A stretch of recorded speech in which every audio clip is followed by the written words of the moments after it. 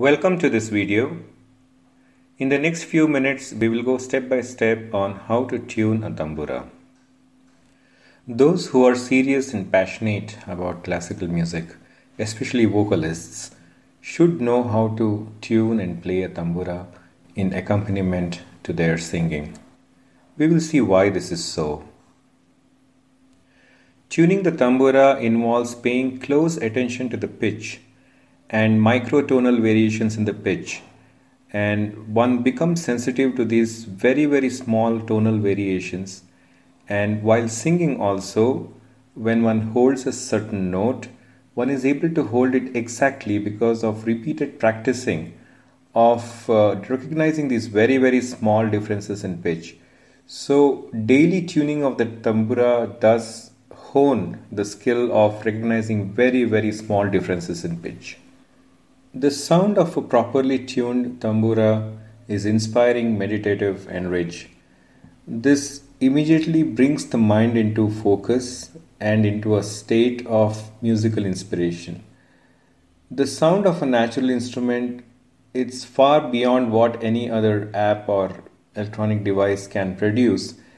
So the joy of listening to a finely tuned tambura itself is a reason enough why one should know how to tune and play a tambura.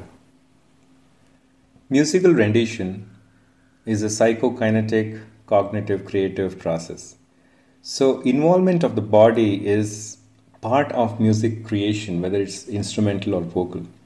So when one does sing using a tambura and using the hands to indicate tala, then simultaneously the body is also physically engaged in the shruti, in the tala, and in the gayana.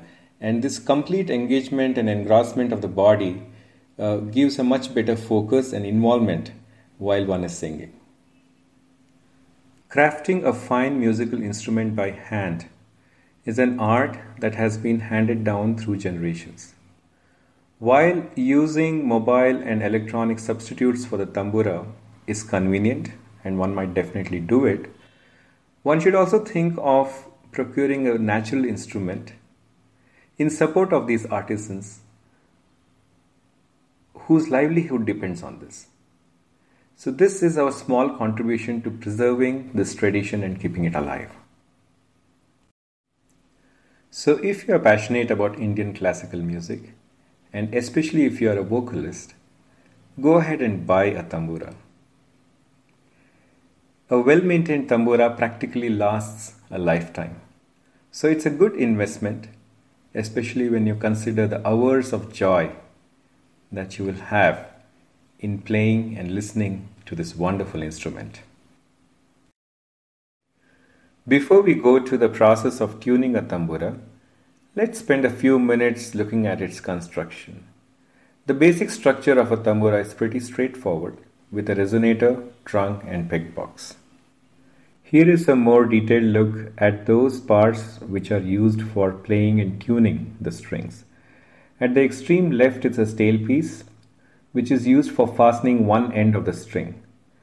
The beads are used for fine-tuning the pitch on the string. Then there is a bridge which connects the strings to the soundboard.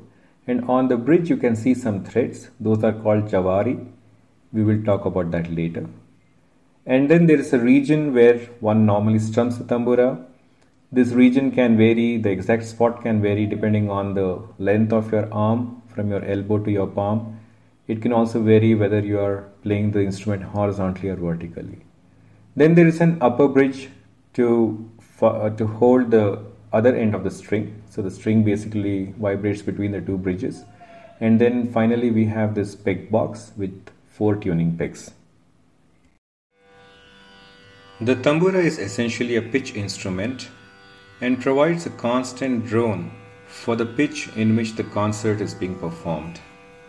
The tambura has 4 strings and is plucked sequentially in the direction 1, 2, 3, 4 as shown.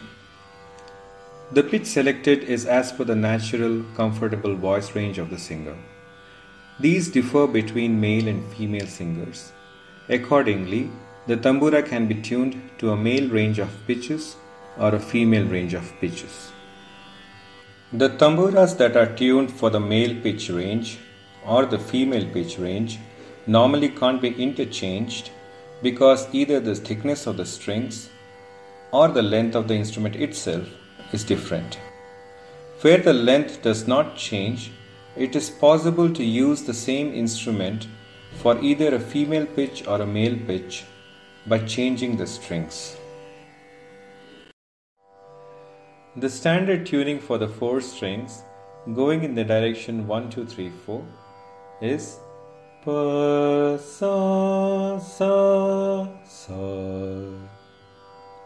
Sometimes the first string may be tuned to the 4th note, which is ma, and then the tuning would be ma, sa, sa, sa. And especially in Hindustani music, there are many other tunings possible based on which rag is being rendered.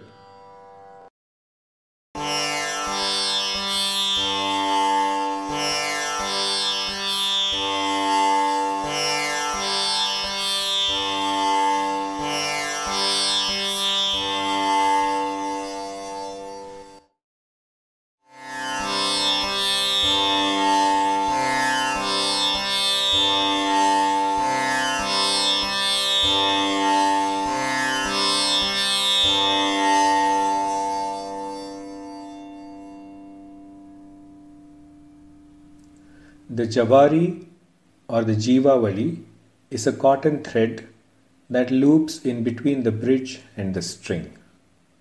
One plucks the string, and while the string is still vibrating, one moves the Jawari minutely in the direction shown until it hits a spot where there is a buzzing, resonating sound.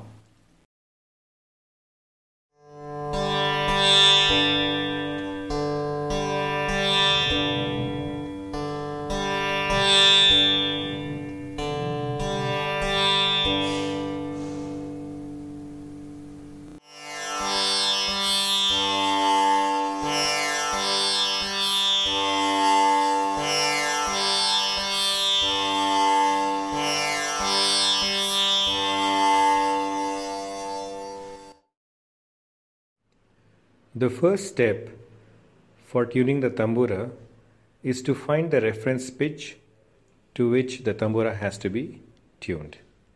Earlier, a reference pitch instrument like the one shown here was used to find the exact pitch. Now, of course, it's possible to use mobile apps or electronic tamburas to find the reference pitch. Just for your interest, the handcrafted reference pitch instruments sounded like this.